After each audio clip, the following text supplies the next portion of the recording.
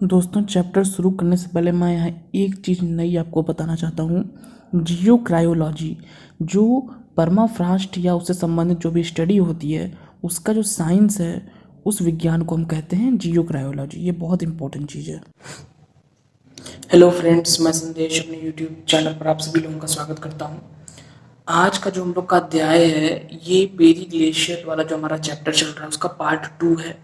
पहले वाले पार्ट में हम लोगों ने कुछ बेसिक चीज़ें देखी, कुछ इंपॉर्टेंट टर्म्स जैसे एक्टिव लेयर क्या होती है, टैलिक्स क्या होता है और परमाफ्रॉस्ट क्या होता है। परमाफ्रॉस्ट के भी 3 तरह के टाइप्स होते हैं, कॉन्टिन्यूअस, डिसकॉन्टिन्यूअस और स्पोरेडिक। तो बहुत सारी चीज़ें हम लोगों ने बेसिक समझ ली। अब ये हम लोग का पार्ट 2 है। इसमें हम लोग कुछ महत्वपूर्ण प्रक्रियाएं होती हैं परिमानी क्षेत्रों में। परिमानी लैंडफॉर्म से पहले इन प्रक्रियाओं को समझना ज़रूरी है हमारे लिए। तो आज के इस छोटे से अध्याय में हम लोग सिर्फ इस प्रक्रियाओं को देखेंगे। और प्रक्रियाओं में दोस्तों आपको प्रक्रिया तो समझनी ही है, साथ ही साथ नाम याद रखना बहुत ज़रूरी है, क्योंकि कभी कभी ये पूछ लिया जाता है कि ये पर्टिकुलर प्रोसेस किस एरिया में काम करता है। जैसे मान लीजिए क्वेश्चन आ गया कि कॉन्जेली फ्रिक्शन कहाँ की क्रिया है, क्या ये नदी के प्रक्रम से संबंधित है, क्या ये वायु के प्रक्रम से संबंधित है। तो आप बताएंगे कि नहीं, कॉन्जेली फ्रिक्शन परिहिमानी प्रक्रम से संबंधित है। तो ये टर्म्स आपको याद रखने हैं और प्रोसेस को समझना है, बस। ज़्यादा बहुत इसमें कठिनाई वाली कोई चीज़ नहीं है। फिर इसके बाद अगले पार्ट में हम लोग लैंडफॉर्म्स पढ़ेंगे। तो चलिए इस पार्ट को शुरू करते हैं। सबसे पहले नोट करते जाइए जो भी चीजें हो रही हैं, स्क्रीनशॉट भी लेते रहिएगा इस सबका, मैटर का। तुषार अपक्षय, फ्रॉस्ट वेदरिंग, ये तो ठीक है। इसी को हम कॉन्जेली फ्रैक्शन भी बोलते हैं, ठीक।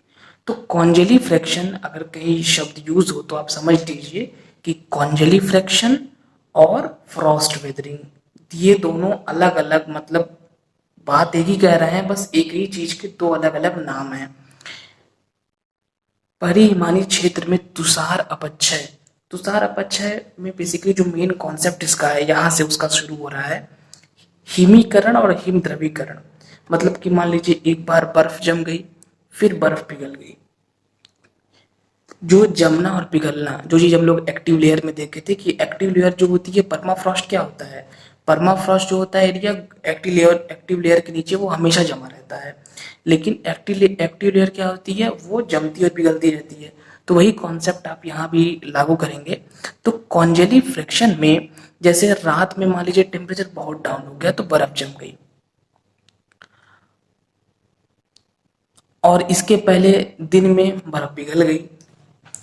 तो जमने और पिघलने से क्या होता है, मान लीजिए ये चीज आप उसमें पढ़े रहे होंगे दोस्तों, जो हम लोगों का चट्टान वाला अपर्दन वाला चैप्टर था। अब ये अपर्दन के बारे में जब हम और डिटेल में पढ़ेंगे तो वहां भी हम लोग इस पे बात करेंगे। ये लेकिन नॉर्मल से इसका यही कॉन्सेप्ट है। मान लीजिए चट्टान में सबसे पहले तो वर्षा हुई वहां पे। अब वर्षा जो होगी, चट्टान में छोटे छोटे छिद्र होंगे, वहां तक जल पहुंचेगा। फिर क्या होगा, रात में जम जाएगा, दिन में पिघल जाएगा वो जल, फिर रात में जमेगा। इससे क्या होगा, जो रॉक होगी उसमें एक मतलब चटकन पड़ेगी। वही चीज यहाँ लिखी हुई है कि चट्टानों में टूटन होती है। भाई अगर वो जो जल है पिघल रहा है, फिर जम जा रहा है, फिर पिघल रहा है, दिन में पिघल जाता है, रात में जम जाता है, फिर दिन में पिघल जाता है, फिर रात में जम जाता है। इससे बार बार एक श्रिंकिंग एक्सपेंशन, एक बार विस्तार हो रहा है उसके एरिया में, फिर वो संकुचित हो जा रहा है। तो ये बार बार ऐसा होने से चट्टान में टूटन होती है, चट्टान में चटकन पड़ जाती है, और ये जिस कारण जो चट्टान है वो टूट कर बिखर जाती है।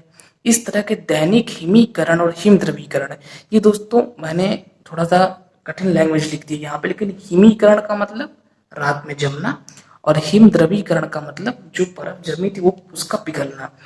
चक्र द्वारा प्रेरित अपक्षय निश्चित रूप से यांत्रिक होता है, मतलब ये यांत्रिक अपक्षय के अंतर्गत हम इसको शामिल करते हैं।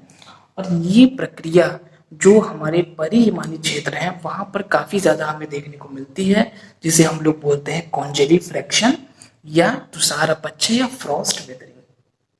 तो सिंपल सा कॉन्सेप्ट, बिल्कुल सरल है। जल की बूंद है, वो चट्टान में जो छिद्र होते हैं वहां पर मान लीजिए स्थित है। अब वो जम जाएगी, फिर पिघल जाएगी, फिर जमेगी, फिर पिघलेगी। इससे चट्टान में एक फैलाव और सिकुड़न ये होगा उस पर्टिकुलर स्थान पे, और इससे चट्टान में चटकन आ जाएगी, टूटन आ जाएगी। तो इसे ही हम लोग बोलते हैं फ्रॉस्ट वेदरिंग या कॉन्जेलिफेक्शन। दोस्तों, पूरी प्रक्रिया को आपको कहानी की तरह समझना है। पहले वाली प्रक्रिया भी हमने देखी, फ्रॉस्ट वेदरिंग वाली, जिसे हम लोग कॉन्जेलिफ्रेक्शन कह रहे थे। उसमें क्या था कि चट्टान जो है, एक बार जो चट्टान के दरारों में, छिद्रों में जो स्थित जल था, वो क्या हो रहा था, पिघल रहा था, जम रहा था, फिर पिघल रहा था, फिर जम रहा था। इससे चट्टान में टूटन हो रही थी। तो वो तो प्रक्रिया अलग हो गई। ये जो हम लोग की दूसरी प्रक्रिया है, जिसको हम लोग बोलते हैं फ्रॉस्ट हैविंग, ये बेसिकली वैसी ही प्रक्रिया है, लगभग ऑलमोस्ट वही प्रक्रिया है। इसमें क्या होता है कि रॉक्स में टूटन ना होकर उनमें एक उभार हो जाता है और विशेष प्रकार के लैंडफॉर्म्स बनते हैं। तो इसका भी कॉन्सेप्ट बहुत सरल है। मान लीजिए टूटन, चट्टान, बर्फ, एक बार जल जम गया, फिर पिघल गया, फिर जम गया, फिर पिघला। तो इससे क्या होगा, प्रोसेस पूरा जो ऊपर था वही है, लेकिन इसमें क्या होगा कि बार बार ऐसा होने से उत्क्षेपण, मतलब एक प्रकार का उभार, कुछ इस तरह का मान लीजिए एक उभार हो गया, हल्का सा डोम की तरह। तो उसे हम बोलते हैं Frost having. Frost Frost weathering एक अलग चीज है और फ्रॉस्ट हैविंग एक अलग चीज है। तुषार उत्क्षेपण और तुषार अपक्षय। फ्रेंड्स, एक आप ये चीज मैंने भी की थी, एक पतली सी कॉपी बनाइए या आपके पास कोई डायरी हो तो इन टर्म्स को नोट करके रखे रहिए। और इसमें एक चीज मैं यहाँ पे और ऐड करना चाहूंगा कि बहुत सारे लोग इंग्लिश मीडियम के होंगे, बहुत सारे हिंदी मीडियम के होंगे। तो हिंदी मीडियम वालों को बहुत प्रॉब्लम होती है कुछ चीज़ों में। मैं खुद एक हिंदी मीडियम का स्टूडेंट हूँ। तो इसमें पर्सनली मैं क्या करता हूँ इसके लिए, क्योंकि टीचर आपको क्या कहेंगे, टीचर कहेंगे, जैसे हमारे भी बहुत सारे टीचर इंग्लिश बुक्स पढ़ने की सलाह देते हैं। तो अच्छी बात है, इंग्लिश बुक्स बहुत अच्छी होती हैं। लेकिन प्रॉब्लम क्या है, प्रॉब्लम हम उसकी समझते हैं कि आप सभी लोग को एग्ज़ाम का प्रेशर होता है। 1-2 महीने तैयारी करने का टाइम मिला, अगर आप यूजी में हैं तो भी और पीजी में है तो भी। यूजी और पीजी का सिलेबस कितना बड़ा होता है, थोड़ा सा आपको तैयारी करने का टाइम मिला, जस्ट आपकी कुछ ही महीने बाद एग्जाम की डेट आ जाती है। तो उसमें अगर आप इंग्लिश बुक्स पढ़ने लगेंगे तो आपका कॉन्सेप्ट ही नहीं क्लियर हो पाएगा। आप पढ़ने का प्रयास तो करेंगे, आपको बहुत अच्छी अच्छी चीज़ें समझ में आएंगी, लेकिन तब तक आपका एग्जाम नज़दीक आ जाएगा। तो इसीलिए बच्चे ये सोचते हैं कि स्टूडेंट जो होते हैं कि हम जल्दी से जल्दी पहले अपना सिलेबस ख़त्म करें, एग्ज़ाम दें, फिर जब समय मिलेगा तो इंग्लिश बुक पढ़ेंगे। ये सबकी सोच होती है, ये हम समझ सकते हैं, क्योंकि पर्सनली हम लोग भी ऐसा ही सोचते थे।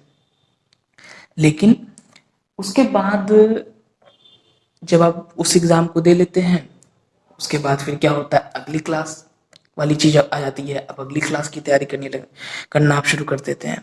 तो इसका सबसे अच्छा तरीका जो मैंने निकाला है, पहले भी मैं कर रहा था और अभी भी मैं करता हूँ, कि जो आप कोई भी टॉपिक पढ़ रहे हैं तो उसके जो इंग्लिश टर्म्स हैं, टर्म्स आप जरूर नोट करिए। टर्म्स जैसे एग्जांपल के लिए मान लीजिए हम लोग परी हिमानी वाला चैप्टर पढ़ रहे हैं इस समय, तो उसमें अगर आप ध्यान से देखें, अगर मैं आपको यहाँ पे बताऊं तो आपको बहुत सारे टर्म्स मिले, जैसे periglacial, periglacial climate, periglacial process, इसके बाद कॉन्जेली फ्रैक्चर अभी हमने देखा, फ्रॉस्ट वेदरिंग, फ्रॉस्ट हैविंग, और इसके पहले कल वाले में हम लोगों ने देखा था एक्टिव लेयर, इसके पहले वाला जो पार्ट था थर्मो परमाफ्रॉस्ट और टॉलिक्स टैलिक्स। तो इस तरीके के जो हमारे टर्म्स हैं, इससे भी बहुत सारे हम लोग की चीज़ें इसमें तैयार हो जाती हैं। तो इसीलिए हिंदी वाले जो स्टूडेंट्स हैं वो भी टर्म्स को कम से कम, भले ही वो तुषार उत्क्षेपण ही पढ़ें लिखें एग्जाम में, लेकिन उनको ये पता होना चाहिए कि तुषार उत्क्षेपण को हम बोलते हैं फ्रॉस्ट हैविंग। तो ये चीज़ आपके लिए ज़रूरी है। फ्रेंड्स, इसका भी आप इस पेज का स्क्रीनशॉट ले लीजिएगा। कॉन्सेप्ट आप समझ ही चुके हैं। इसमें बेसिकली बस यही होता है कि उभार होता है, और एक चीज़ हम यहाँ और ऐड करना चाहेंगे कि धसाव होता है। जब धरातल में एक प्रकार का उठाव और इसमें धसाव होता है उत्क्षेपण में। रात में टेम्परेचर जब घट जाता है तो चट्टानों में स्थित जल का हिमीकरण हो जाता है, मतलब वो जो जल है चट्टानों के अंदर जो क्षेत्र है उनमें वो जल जम जाता है। तो इससे क्या होगा, उभार वाली स्थिति होगी, और फिर जब जल वो जल पिघलेगा तो फिर धसाव वाली स्थिति हो जाएगी। फ्रेंड्स, हम लोग दो प्रोसेस समझ चुके हैं, फ्रॉस्ट वेदरिंग और फ्रॉस्ट हैविंग। अब अगला जो हमारा प्रोसेस है वो है सोलिफ्लक्शन। सोली सॉइल हम कहते हैं मिट्टी को, उसी से बना है सोलिफ्लक्शन। और अब इसमें क्या होता है इसको हम लोग देखते हैं। बहुत ही सरल लैंग्वेज में लिखा हुआ है, हम लोग उसको पढ़ेंगे और समझेंगे। मृदा सर्पण वह प्रक्रिया होती है जिसके अंतर्गत जल मिश्रित मिट्टियों का समूह या मलबा का समूह ढाल के निचले भाग की ओर गुरुत्व के कारण सरकता है। सिंपल सी बात है, बहुत ही सरल। इसमें क्या होगा, इस प्रक्रिया में मिट्टी है, मान लीजिए ये चीज आप देखे ही होंगे, मान लीजिए आपके घर में कहीं अगल बगल कोई लॉन है, मिट्टी है वहां पे। अब उसी में जल मिश्रित हो जाए, मतलब कीचड़ जैसे होता है, मड, या फिर मलबा इत्यादि कुछ है वहां पे।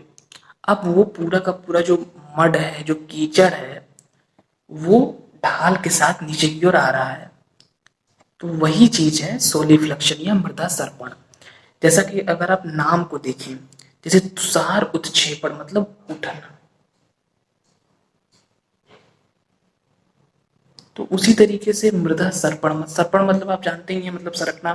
तो सॉइल का सरकना, सॉइल ऐसे तो सरकेगी नहीं जब तक उसमें कोई एक लिक्विड टाइप का कुछ नहीं होगा, कुछ उसमें एक एक लुब्रिकेंट का काम नहीं करेगा, कोई स्नेह का काम नहीं करेगा। अगर उसमें जैसे इंजन में, इंजन जब चलने के लिए उसमें हम इस प्रकार कुछ डालते हैं, कुछ ऐसा लिक्विड मटेरियल जिससे स्मूथ चले हमारा इंजन। कोई भी मशीन होती है उसमें इस तरह की चीजें हम ऐड करते हैं, लिक्विड, तेल इत्यादि।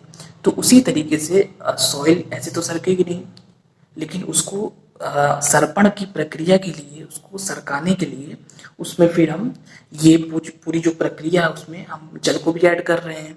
तो जल plus water plus soil, water plus soil जो मड है, मड बन जाता है, मतलब कीचड़। या फिर जो भी, मतलब सिंपल सा ही कॉन्सेप्ट है कि वाटर प्लस सॉइल हो गया, या जो भी मलबा इत्यादि है सब कुछ मिल जाता है और एकदम कीचड़ बन जाता है, मड बन जाता है। और फिर वही ढाल के साथ, स्लोप के साथ नीचे की ओर उसका फ्लो होता है धीरे धीरे। बहुत तेज तो फ्लो होगा नहीं कीचड़ का, कीचड़ का फ्लो पानी की फ्लो से तो धीरे ही होगा, जल का जो वाटर का फ्लो उससे तो धीरे ही होगा। तो वही चीज है आपकी सोलिफ्लक्शन, जो कि जो हमारे पेरीग्लेशियल एरियाज हैं उनमें ये सारी की सारी प्रक्रियाएं होती हैं। हम इसी को पढ़ रहे हैं पेरीग्लेशियर वाले चैप्टर में। और फ्रॉस्ट वेदरिंग, फ्रॉस्ट हैविंग को हम ऑलरेडी पढ़ चुके हैं। फ्रॉस्ट वेदरिंग को कॉन्जली फ्रैक्शन बोलते हैं। यहाँ आप ध्यान दीजिएगा कि वो कॉन्जली फ्रैक्शन है, ये सोलिफ्लक्शन है। दोनों प्रोनाउंसिएशन में लगभग एक जैसे लगते हैं, लेकिन वो कॉन्जली फ्रैक्शन है, ये सोलिफ्लक्शन है। दोनों के स्पेलिंग में काफी डिफरेंस है। फ्रेंड्स, आप लोग इतने का स्क्रीनशॉट ले लीजिए, ये पूरा पर्याप्त मैटर है। इससे मिलाते हुए और आगे भी जो है, क्योंकि इस पे एक चीज मैं यहाँ पे क्लियर कर दूं कि जो भी क्वेश्चन आएंगे, ऐसा क्वेश्चन कभी भी नहीं आएगा कि आप सोलिफ्लक्शन पे एक लॉन्ग आंसर लिखिए। कभी भी आएगा तो बहुत सारी चीजें एक साथ पूछी जाएंगी। सोलिफ्लक्शन के बारे में बस आपको मेन कॉन्सेप्ट जानना था। बुक्स में पढ़ेंगे तो आपको बहुत जटिल चीजें मिलेंगी। मैंने खुद यहाँ पे बहुत सारी चीजें लिखी हुई है, लेकिन मैं चीजें आपको नहीं दिखाऊंगा क्योंकि जटिल चीजें हैं वो, उनको पढ़ने का कोई भी मतलब नहीं है। बुक्स में आप जाएंगे तो मिलेगा, और इसीलिए बुक्स में हमें समझ में नहीं आता है, क्योंकि हम उन चीज़ों को भी पढ़ने का प्रयास करते हैं जो चीज़ें उतनी इंपॉर्टेंट हमारे लिए नहीं है। तो हमें सिर्फ मेन कॉन्सेप्ट समझना था, वो हम समझ चुके हैं कि मृदा सर्पण होता क्या है और कहाँ होता है, कैसे होता है। बस जब आप यही कॉन्सेप्ट जान लिए, कीचड़, मड, कैसे उसका फ्लो हो रहा है, कैसे ये चीज आप खुद अब जब अपने दिमाग में इतना अच्छे से इमेजिन कर लेंगे, तो फिर कोई बुक आपकी किसी काम की नहीं है। आप खुद ही इस पे बहुत अच्छा सा लिख सकते हैं। तो ये हो गया सोलिफ्लक्शन। अब एक चीज और मैं यहाँ पे आपको दिखा दे रहा हूँ, जिससे वो मुझे इंपॉर्टेंट लग रही है। जो चीज मुझे इंपॉर्टेंट लगेगी वो मैं चीज जरूर आपको उसमें दिखाऊंगा। जैसे यहाँ पे लिखा हुआ है कि परिमाणी क्षेत्रों में सोलिफ्लक्शन परिवहन का कार्य करता है। ठीक है, मतलब कि अब सिंपल सी बात है, जब मटेरियल आ रहा है, जो कीचड़ है, जो मिट्टी है, जल है, मलबा सब मिलने से कीचड़ हो गया है, वो नीचे की ओर आ रहा है। अब क्या होगा, जब वो आएगा तो अपने साथ कुछ ना कुछ तो पदार्थ लेके आएगा ही। तो जब आप अपने आंसर को लिखेंगे तो उसमें ये वाला पैराग्राफ आप ऐड कर सकते हैं। और वो अपर्दन का काम भी करता है। तो मतलब भाई उसमें अपर्दन अपर्दन अपक्षा मुझे उम्मीद है कि आप जानते होंगे। अपक्षा में क्या होता है, चट्टानें अपने स्थान पे टूट फूट के बिखर के रह जाती हैं। इसके बाद अपर्दन के बहुत सारे कारक होते हैं जो कि उस जो मटेरियल है उसको लेके फिर आते हैं। नदी है, हम लोग अपर्दन के कारकों के से बनने वाले लैंडफॉर्म पढ़ ही रहे हैं इस समय। तो उसमें जो है, अब आप ये सोचिए कि जब वो कीचड़ है, वो कीचड़ नीचे की ओर आ रहा है, तो एक तो अपने साथ वो कुछ पदार्थों को लिए रहेगा, मतलब कि वो परिवहन भी कर रहा है। परिवहन और अपर्दन दोस्तों साथ साथ चलता रहता है, इसको थोड़ा ध्यान दीजिएगा, ये चीज किताब में जल्दी नहीं मिलेगी आपको। मतलब कि परिवहन का मतलब ये कुछ न कुछ तो मलबा लिया ही होगा अपने साथ। ये जो मड है, कीचड़ है, ये अपने साथ मलबा लेके चल रहा है, कहानी की तरह इसको समझते रहिए। जब ये पूरे के पूरे मटेरियल को लेके चलेगा तो जो मटेरियल है वो जिस भी रास्ते से जाएंगे वहां घिसाई का काम करेंगे, वहां फ्रिक्शन का काम करेंगे, घर्षण का काम करेंगे, और वो उसको अपर्दित करते रहेंगे, घिसते रहेंगे, काटते छांटते रहेंगे। तो इसीलिए जो हमारी मृदा सर्पण की प्रक्रिया है, इससे परिवहन भी होता है और इससे आपका अपर्दन वाली प्रक्रिया भी इससे होती है। अब इसमें एक चीज और बात क्लियर कर लेनी चाहिए कि जो हमारा सोलिफ्लक्शन है, मृदा सर्पण, इसमें एक्टिव लेयर तो ऊपर होती है जो कि जमती और पिघलती रहती है, लेकिन पूरी की पूरी एक्टिव लेयर हमारी प्रभावित नहीं होती। एक्टिव लेयर की गहराई मैंने पहले भी आपको बताई है, अगर आपको नहीं ध्यान है तो आप नोट कर लीजिए, 1.5 से 3 मीटर। उसके बाद फिर परमाफ्रॉस्ट होता है और बीच बीच में टैलिक्स होते हैं। तो एक्टिव लेयर सिर्फ 1.5 से 3 मीटर है, लेकिन ये 50 से 60 सेंटीमीटर तक ही प्रभावित हो पाती है सोलिफ्लक्शन से। फ्रेंड्स, जो अभी तक हम लोग 3 प्रोसेस पढ़े हैं, सोलिफ्लक्शन, फ्रॉस्ट हैविंग और frost weathering, periglacial areas के ये तीनों ही मेन प्रोसेस हैं और मोस्ट इंपॉर्टेंट प्रोसेस हैं। अब इसके बाद एक दो प्रोसेस हम और देखेंगे, ये मैं अभी यही क्लियर कर दूं कि ये उतने इंपॉर्टेंट नहीं है, ठीक है। तो इसीलिए अगर आपको मान लीजिए क्वेश्चन आया लिखने के लिए, तो आप मेन जो प्राथमिकता देंगे वो देंगे फ्रॉस्ट वेदरिंग को, फ्रॉस्ट हैविंग को और सोलिफ्लक्शन को। बाद का जो फ्लूवियल प्रोसेस है, अभी विंड का प्रोसेस पढ़ेंगे, उसको हम उतनी प्राथमिकता नहीं देंगे। अगर समय बचता है तो लिख भी देंगे, नहीं तो वो उतना इंपॉर्टेंट नहीं, क्योंकि आप जानते हैं कि जो हमारे ऐसे एरियाज होते हैं पेरी ग्लेशियर वाले, वहाँ कोई स्थायी नदी तो होती नहीं है। वहाँ जब टेम्परेचर वहाँ बढ़ जाता है तो वो बर्फ पिघल जाती है,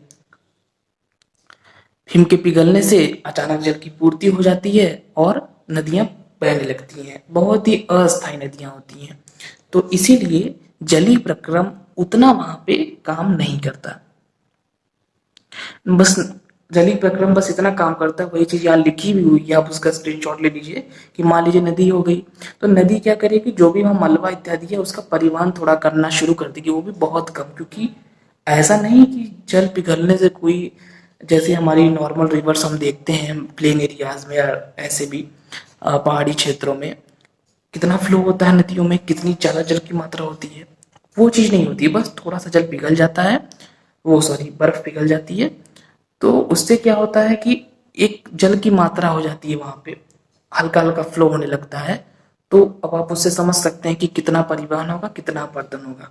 बहुत ही नॉर्मल या न के बराबर परिवहन और अपर्दन इनसे हो पाता है, बहुत ही थोड़ा। तो इसीलिए इनके जो जलीय प्रक्रम वाली प्रक्रिया है ये उतनी महत्वपूर्ण नहीं है। इसमें आप सीधे सीधे साफ साफ ये लिखेंगे कि जलीय प्रक्रम का प्रोसेस परिहिमानी क्षेत्रों में इसलिए उतना महत्वपूर्ण नहीं, क्योंकि वहां स्थायी नदियां होती ही नहीं है, अस्थायी नदियां होती हैं। जब बर्फ पिघलती है तो उन अस्थायी नदियों का निर्माण होता है, और इसीलिए नदियों वाला प्रोसेस उतना इम्पोर्टेंट नहीं है। हाँ, जब नदियों की उत्पत्ति हो जाती है जल बर्फ के पिघलने से, तो बर्फ पिघलने से नदियां बनती हैं, तो वो थोड़ा बहुत परिवहन इत्यादि कर देती हैं, बस उतना इंपॉर्टेंस नहीं है। पवन का कार्य, विंड का एक्शन, फ्रेंड्स ये चीज तुम लोग पहले से ही जानते हैं कि जो पवन है वो मेनली जो अपने वर्क्स करती है, जो उसका मेन कार्य होता है वो डिजर्ट एरियाज में होता है विंड का।